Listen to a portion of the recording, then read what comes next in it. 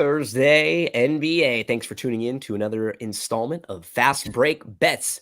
Gino Bacola here, alongside Erik from ETOF21 Sports, and we're taking a look at the lines over at DRF Sportsbook. That's where we go anytime we're trying to play, anytime we need to take a look at the betting lines, see where we can get some action to NBA games tonight. But for all of you that are in the state of Iowa, make sure to sign up right now for a DRF Sportsbook account. We actually have a promo code for Fast Break Bets. It's FAST1000. And if you deposit, you'll get up to $1,000 deposit match. So perks for you in Iowa. Sign up right now for DRF Sportsbook. And we'll also talk a little bit about Thrive Fantasy. We found a great website where we can play in different contests. We can wager on props. Erik and I will talk all about that later on tonight. Erik, buddy, last night we had two games.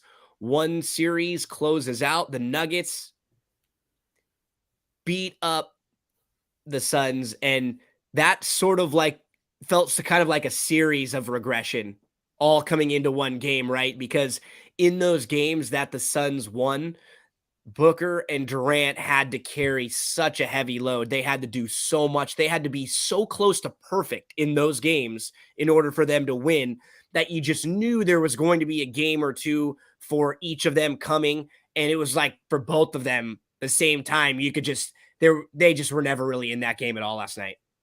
Never really in that game. Plus also, if you look, just the history of road teams covering a game six, that was a good trend that was going in the Nuggets' favor.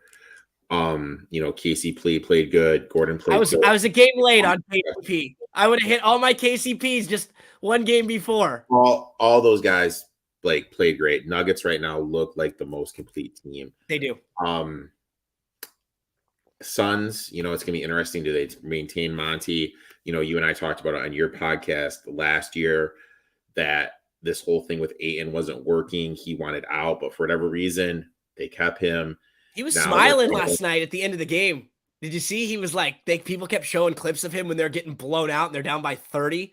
And the thing is now with this Suns team, this is multiple times now, not just that you lose and get beat, but when you lose like this, at the end and you get blown out in another year, I don't know, what do you do? Obviously, you have to get more depth here, but Chris Paul is getting older. Kevin Durant's getting a little bit older.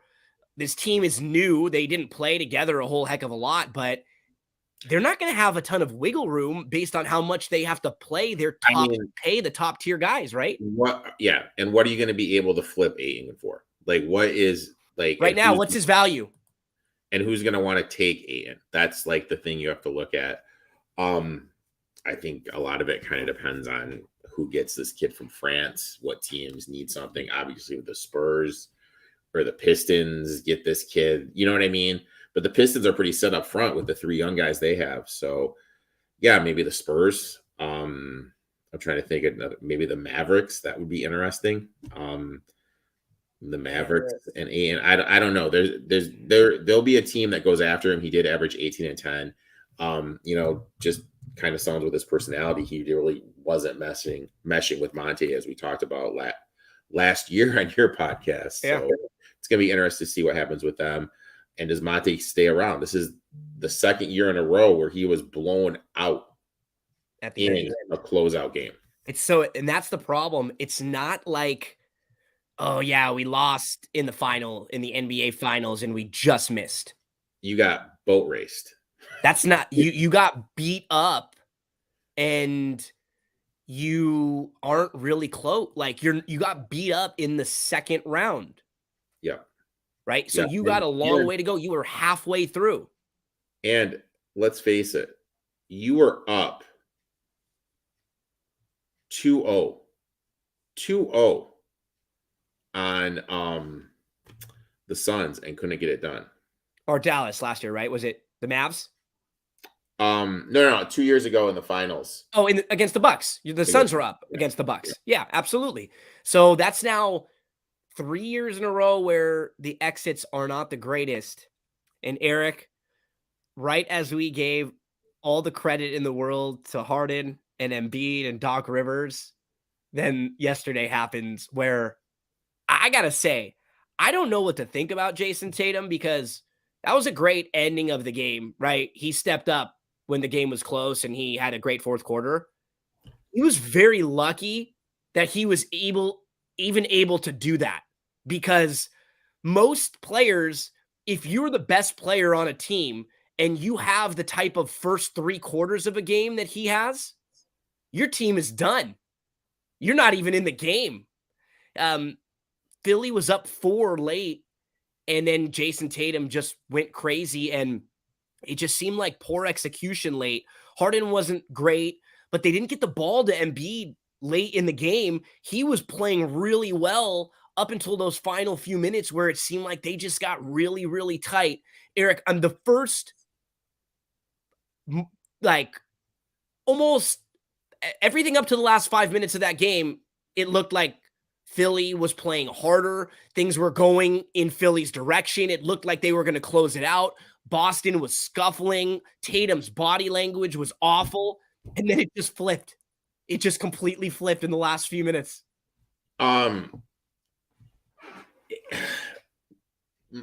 We talked about on your podcast, the ball sticking with Tatum. That's what was happening. The ball wasn't moving. He was 1 of 16, 1 of 17, and he had the most shots. There's certain times when you feel it, certain times when you don't feel it. He had a couple shots go in. There were good looks, but what happened after that? He took it to the rim, did an ugly reverse layup, and it was just brutal. And he did an awful off-balance jump shot. You know, what's going on? You know what I mean? Like, you know what I'm saying? Like, everyone's appointing him. What was his I don't think he played that good of a game. He played for almost all of the game. His body language was awful. He was turning the ball over. Georges Niang locked him up a few times and stripped him of the ball. I don't know what was going on. And again, like I agree with you. I'm not ready to just anoint them yet because we talked about how Boston has been 9-10 in their last 19 home games. They've lost twice at home in this series already to Philly. But wow, that's a tough one to spit out for Philly. And if you're Doc, how many times you've been in this situation? I don't think he's ever won a game 7 on the road. Just whoever wins this series has to feel really good about their matchup moving forward because you'll get the winner of this Knicks Heat series. But I mean, like, but I don't know, man. Like, there's something about the Celtics team. No, I agree with you. I'm not like excited about them either. It just felt like yesterday Philly got tight down the stretch. Embiid looked like he quit. Down the stretch, both Harden and Embiid, after Tatum hit like his third 3, there was like 1:20 left. I think they were still only down by like 8. And both of those guys didn't go after a loose ball. And then what ends up happening, and I've mentioned this point exactly, it's sort of difficult because as a Laker fan, watching LeBron sometimes, I completely understand that LeBron's a little bit older. LeBron can't go 100% all 48 minutes. He just can't. He doesn't have the ability to do so. He has to pick and choose his spots, which is smart. But what ends up happening sometimes is the rest of the team sort of takes that, like, they take the shape that LeBron does, right? So if LeBron's sort of a little bit like toned down, the rest of the team's like a little toned down too. LeBron starts running all over like crazy. It jacks everybody else up. When you look over and you see Embiid running back and blocking a shot like he did earlier in the game, everybody else's effort gets picked up. And Tobias Harris was playing really well, and he was going after rebounds, and he was playing great defense. And then as soon as that happened later in the game, Erik, what you're pointing out, when it flips, everybody feels it too. The rest of your team can see when Embiid and Harden just check out mentally. And what are they supposed to do? They're supposed to keep fighting when your leaders both are saying that they're done. Yeah. You know, it's hard. When you see the MVP do that and you kind of read off that body language, I mean, Doris Burke made a comment about it during the announcement, how it looked like he quick. And, that's kind of what it looked like. They're in every position to win that game. I really don't understand. When you look at Doc's history in a game 7, it's hard to get excited about Philly's chances. It is. And this could be because we know these windows can close really quickly. It's funny because for either one of these teams, right? Because if you're the Celtics and you lose here, how do you come back after losing 3 games at home with the same group of guys, same everything, coach everything, when you've had the same group for a while and it feels like, are you ever going to get over the hump? Same exact thing for Philly. Like, if you don't get through this series, this was supposed to be your year. You had the advantage over this team. You had the chance to close it out at home. You can't come back out and just roll the ball out with the same group, the same coach, the same everything. And also, you have to take advantage. I mean, like, the analogy that just came to my head is the Bucks were up 2-0 against the Raptors, absolutely blew it a couple of years ago. And then a couple of years later, when the Irving and the Harden injuries happened, they took advantage of it with the Nets. And they took advantage of an opportunity and won a championship. And that could be all that core group gets, because that window can close really fast. I don't understand what they're doing with PJ Tucker defensively. I don't understand why they're not getting out and running a little bit more. I just don't understand what the Sixers are doing. I don't understand Jaylen Brown's lack of touches in a game. Marcus Smart and Brogdon, they kept them in that game. I mean, if it wasn't for those two, they honestly would have lost that game. As much as everyone wants to praise Tatum, those two guys kept them in the game and had them winning by 7 at halftime. I was trying to take a look, because they just late in the game watching, it was like quicksand. You start feeling it for Philly, and I don't feel confident about either one of these teams heading into game 7 on Sunday. There might be a couple game 7s on Sunday. We will find out if games today get pushed. So first up, Erik, we have 2 on today's slate: the Knicks and the Heat. How are the Heat here on the brink of heading to the conference finals again? And they are a 6.5 point favorite. You and I are both on the same side in this one, Erik. I don't know if they win this game. This number has just gotten too high on the Knicks side now. Yeah. Miami is despite how they've played in this short sample size to start the playoffs, they are not a prolific offense.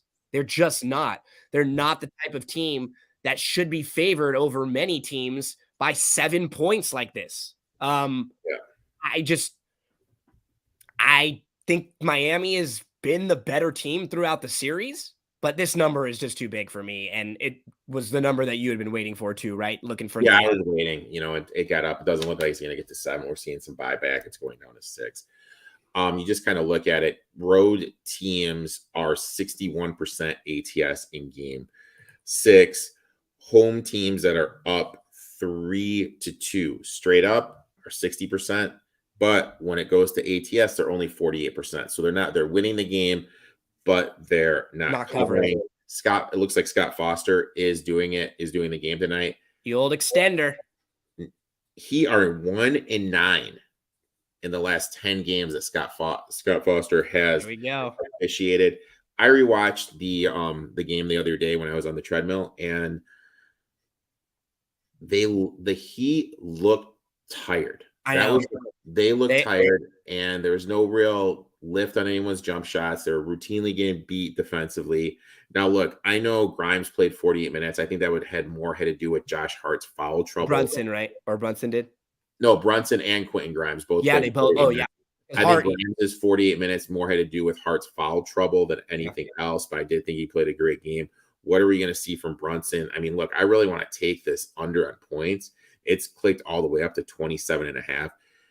Can't really pull the trigger on it, because if this game, with the trends saying this game is going to be close, Brunson has to have a good game. Like, I can't bet the under of 27.5 points. And like the Knicks. and like the Knicks. And when Yeah. I dive into the trends and everything more, and I see what my eyes say, You prefer the Knicks I versus like the the Knicks. under Brunson. Yeah, Yeah. that makes sense. That makes sense.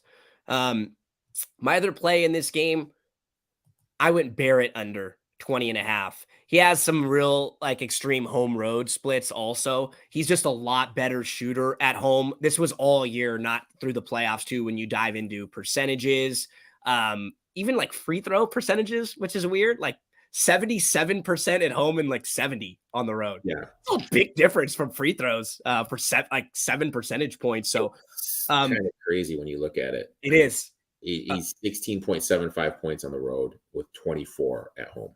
Yeah. So Barrett under the 20.5 points for me in this one. Both of us hoping that this series gets extended and at least that the Knicks cover this game tonight. Anything else you want to mention in game one? No, hopefully get some game sevens. Definitely I think that the first 5 minutes, you're going to kind of be able to tell what kind of effort you get from the Knicks.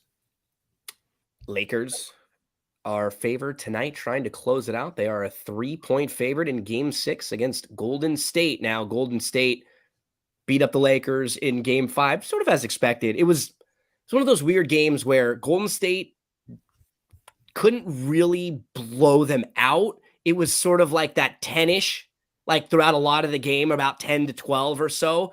And then late in the game when Anthony Davis went out, that really sort of kind of sealed the deal for the Lakers. And Golden State in that situation had been fantastic. You pointed out all the trends about those teams at home in game 5 and stuff like that.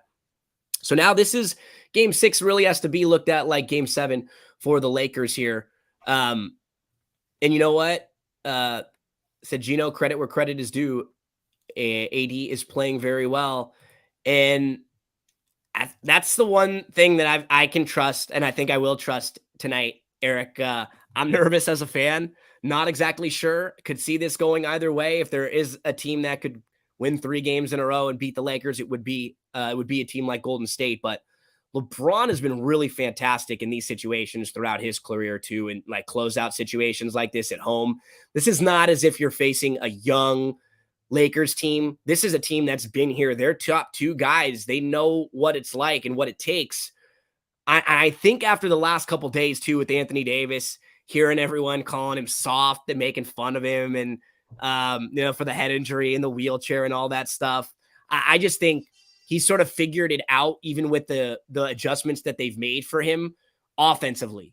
Defensively, they've still done a pretty good job, where the Lakers, I think, need to make some adjustments here and there with how they were defending the pick and roll and keeping Anthony Davis and not getting him to, get lured away from the basket as much. But I don't really know what, like, the kind of adjustments they're going to have here. Do we know the health of Wiggins as of right now for tonight? He practiced. So, I mean, he's going to try to play, right? I mean, the thing that he has is just a pain tolerance. If he can handle the pain, he's going to play. And then when he gets out there, it's because that thing is too, is it's your ribs, right? Yeah. So for him, like, that could be very uncomfortable trying to run and box out, like trying to go up for a rebound and stuff. So how much he's going to have to get out there and give it a go for 5 minutes and see, right? My one thing with AD is this, like, concussions are a real serious thing. Absolutely. And we don't know if he had one, the extent of one, because I texted the guy I know in the locker room, and he just his one word reply was bad. It was not good to start. That's all he replied to me. And I just hope that if it really is a concussion, the Lakers medical staff didn't clear him. You know what I mean? Like, no. And let me say this: we see the stuff with you and everything like that. I just hope that is not the case. I personally, as a fan, and I'm not like joking about this, I've had 3 concussions. I would rather have Anthony Davis not play in this game if he can't play and he's not cleared from a concussion. And even if and you lose the game, you do. That's scary, man. It's scary stuff. Like I don't want them to be faking anything. I don't want him to be like you said, going behind to make sure that he plays. It's one of those double-edged swords because if the guy didn't play, everybody would crap on him, right? And then you play and you're not ready. It's a little, I think in just hearing him and seeing him and hear, like I said, listening to some of the Laker stuff, I think now he's a little better the day and two after. That night was scary.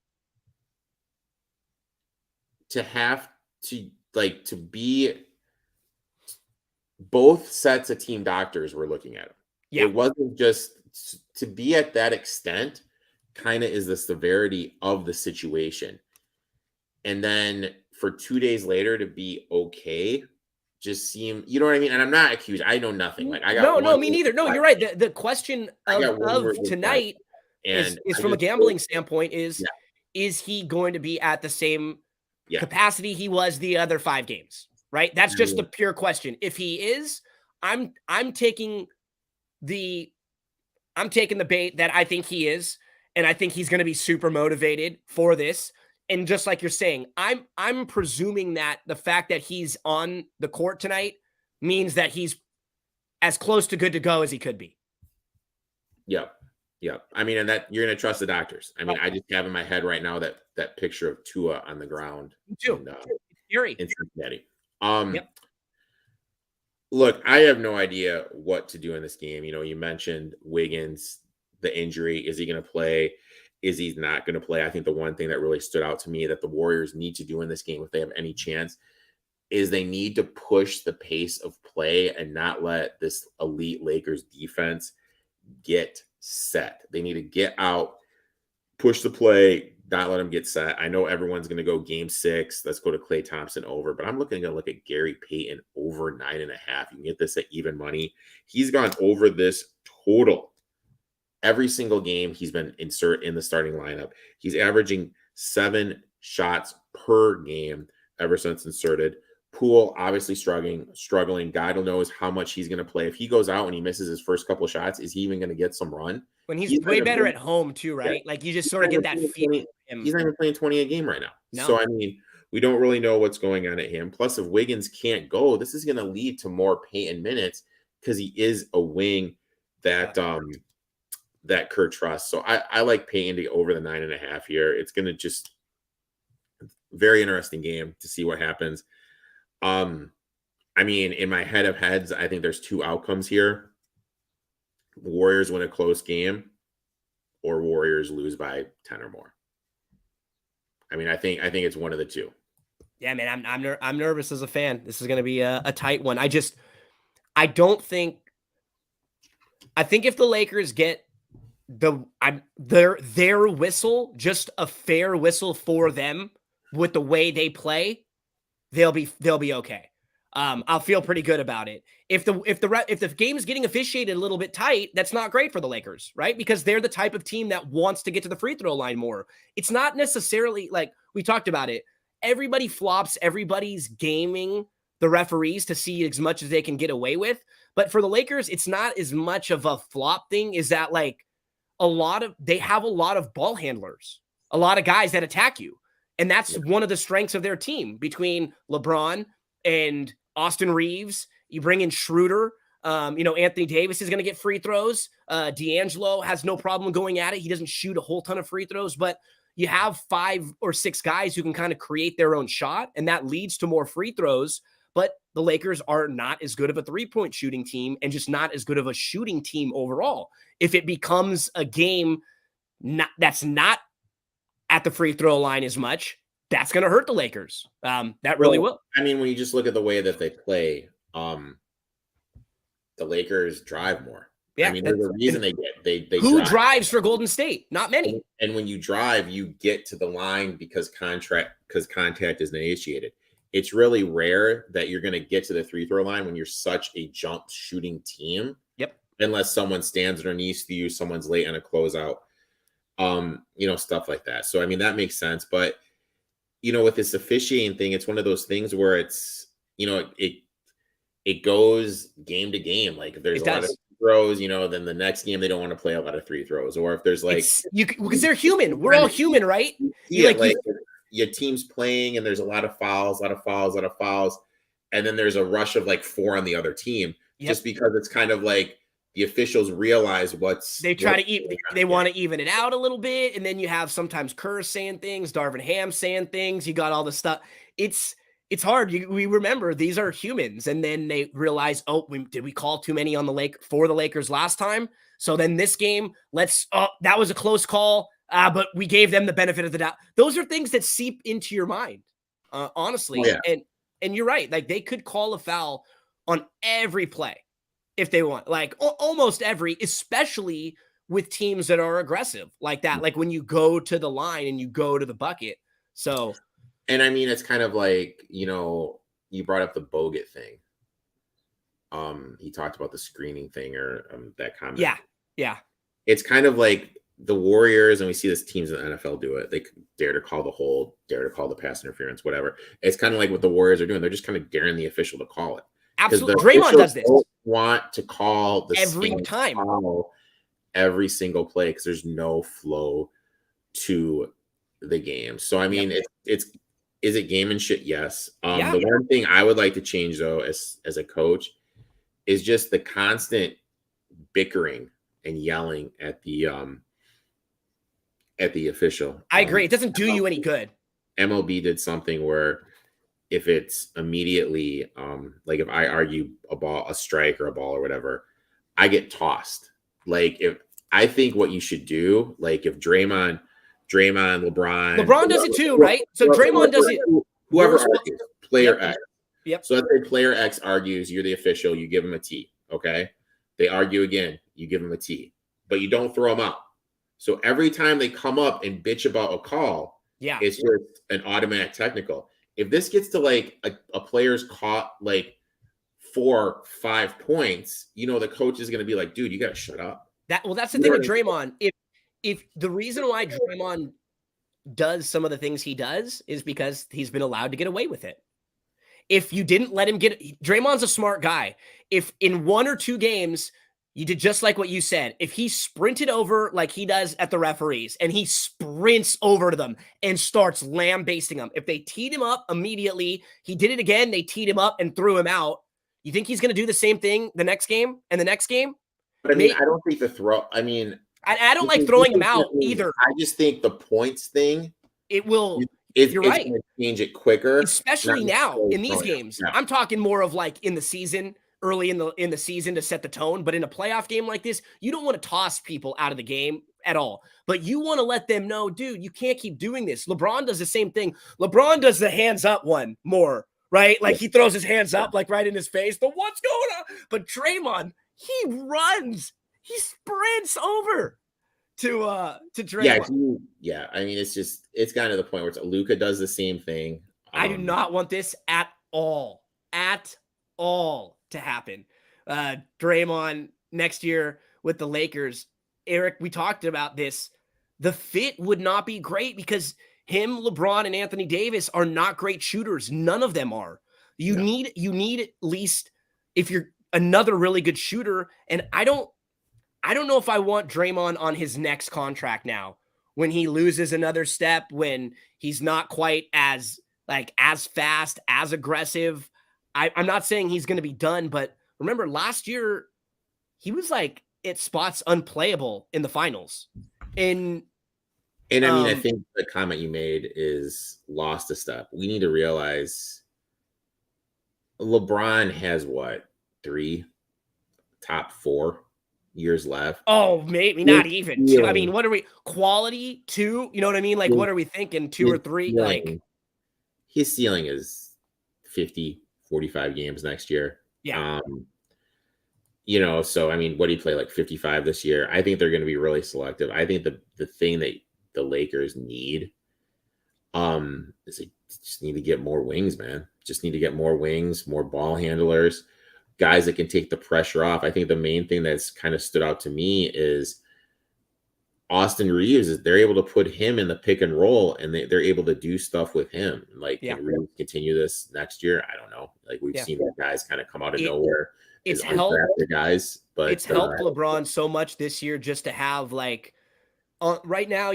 And I know you haven't been able to trust him, but all year, but like Lonnie Walker the last couple games, Austin Reeves and D'Angelo, and then Schroeder are all guys that they can at least run some offense with, and they have throughout these playoffs. And that gives LeBron a little bit of help, right? Where he doesn't have to initiate every single thing every single time. He can catch a breather here and there. I mean, no, not a Draymond fan in that. I mean, he's a fantastic basketball player. As far as the fit with the Lakers, I wouldn't like. Draymond needs to go somewhere like with like Lillard, like some great shooters, right? I think he's in a good spot with guys that can score a lot, because Draymond's never going to be a fantastic offensive player for you or one that scores a whole lot for you. So you do need him to be placed with 2 or 3 other really, really good offensive players. He needs to go to a team like Portland with Damian Lillard. Yeah. Or I can't think of a young team off the top of my head, but go to a young team that like Minnesota getting rid of one of the bigs. Yeah, go to them, like a little help with Edwards, a little veteran, a little toughness, take the play calling away. Not Detroit. Detroit's too far away. Yeah. I'm just trying to I could see that. I don't know how they would do it, but something like Cleveland. Like I don't know how they would work it or who goes or who doesn't, but him around Mobley and Garland and even around some of those young guys, because obviously Mitchell's there, that wouldn't be a bad spot for him, because you like if you get rid of Allen there and you had Mobley as the big and Draymond as the next guy next to him, that might be kind of intriguing. I mean, I don't know what they fit. I think your comment is the thing. They need to move Allen. Yeah, right. They need to move Allen, but then it gets to like, Green can come in and kind of mentor, but is Green going to go to the place where he won't be on the court for the last, you know what I mean? For the last, for the closing. Right. It's an interesting thing. And then you got the Poole thing, you got all these Poole trade rumors coming out. Are they going to trade Poole? If so, where to? Who wants Poole? It's going to be really interesting because, it goes back to the comment. These dynasty teams, these swan songs, their last run usually doesn't end as good. Beautifully. As everyone. No. Like as the Bulls won 3 and then they just blew it up. That was it. They won 3, they blew it up. Who knows? Like maybe they'll pull a Suns and they'll lose by 40 tonight. Maybe you can go to bed early, dude. It's gonna be interesting to see. The Lakers, the last couple, with Memphis, they blew them out, and then when the Lakers won the title a few years back, that run, they all of their closeouts were just so nice and just big leads, over early. I was relaxing with my drinks. I wasn't nervous because now, on days like today, I can't really eat most of the day because I'm nervous. I'm kind of anxious, till the game, and I definitely can't eat when the game starts.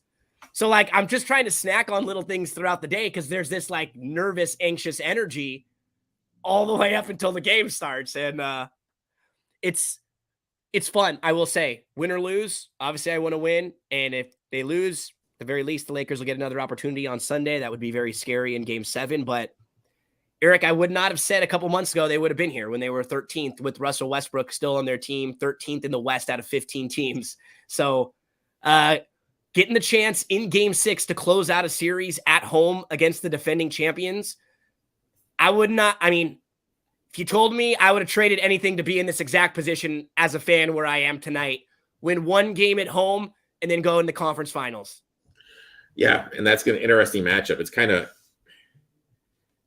weird. You look at, hypothetically, let's say it's Lakers Nuggets, just hypothetically. Yeah. I think at this stage of LeBron's career, the gap between LeBron and AD versus Joker and Murray isn't that much. It's really close. No. You look at the next 3 players. You look at Porter, Gordon, CP3, and KCP. You look at those 3 versus the next 3 of the Lakers. What are we working with here? Austin Reeves, D'Angelo, Who's the third? who's the next guy? Who's their fifth guy? Rui, maybe, Yeah, something like that. I give the advantage to the Nuggets. Yeah, but me too. Then you look at players 6, 7, and 8. You're talking Jeff Green, Bruce Brown, and Braun, and then you look at the Lakers bench. Vanderbilt, Lonnie. Lonnie. I give the advantage to the Lakers. So it's kind of it is the tiers. It's kind of an interesting matchup. And like for the Joker, he hasn't had a lot of guys that let's say this. Anthony Davis is a fantastic defender. He's not the best at just defending another big man one-on-one. Like you wouldn't say that was Anthony Davis' strength as a defender, but so he's not going to be incredible, I think, at all times on Jokic. But then on the flip side, Jokic probably hasn't had to face anyone like Anthony Davis repeatedly, right? Over and over every time down the court. So that would be so much fun with just the matchup of the two big men, because he's probably as close to anyone that can neutralize Jokic if he's playing well on both ends of the court, right? Yeah, going at him and making Jokic defend him. Jokic over his career. Now, granted, this dates back to 2015. 18.6, 9.7 boards, 5.3 assists in 20 games versus AD. You look at the last four: 38, 18 and 6, 31, 13 and 9, 23, 14 and 6, 25, 11 and 8. So monster game more recently. Something would have to give, but that's just looking ahead, because there are some big games tonight, and the Warriors are not going to go down without a fight. They have two opportunities to get the job done. The Lakers have two opportunities to get the job done. The Warriors got to try to force a game 7 tonight. Erik, buddy, Thrive Fantasy. ThriveFantasy.com is the website. And if you're someone who likes to play DFS daily fantasy, you will really enjoy the format of this website, because it gives you lots of different ways you can play. You can play in contests with like 100 other players that have a $2,000 prize pool. You can play head-to-head matchups where you're just playing against one other. You can play in basketball contest, baseball contest, hockey contest, UFC contest. Tonight, there's all of them. $20 entries for a basketball contest, a baseball contest, a hockey, and a UFC. For $80, you can get entered in all 4 of them. But Erik and I have had some good success in the prop lobby as of late. You can play these props just like you'd normally wager on any props anywhere else. But the difference with Thrive Fantasy, when you parlay them, they give you juice on the parlay. So you get extra value. The payouts are better than if you were to play those exact same props anywhere else. A two-player prop parlay wins 3.2 times your entry, which is more than you would get anywhere else. If you get 3 of them correct, 5.2 times your entry. You don't get that when you try to bet props at other books. And Erik, I'm in California. Since this is a DFS and it's a contest site, I can legally wager through Thrive Fantasy. So not only do I get perks, but I can actually play in places where I couldn't play. Yeah, it's great. I mean, it's giving people like you in California, people Texas. like in Texas, yeah, a chance to play. My first one is I'm going all the way to Butler, under 42.5 points, rebounds, assists. He's only gone over this total once in the series, and that's when he's got 43 in game 4. I know the Knicks have some issues, but he's limiting them to only 24.8 points a game. So I like him to go under that. And then my next one, I'm going to the late game. And as much as it pains me to do this, I absolutely have to do this. I'm going Clay under 21.5 points.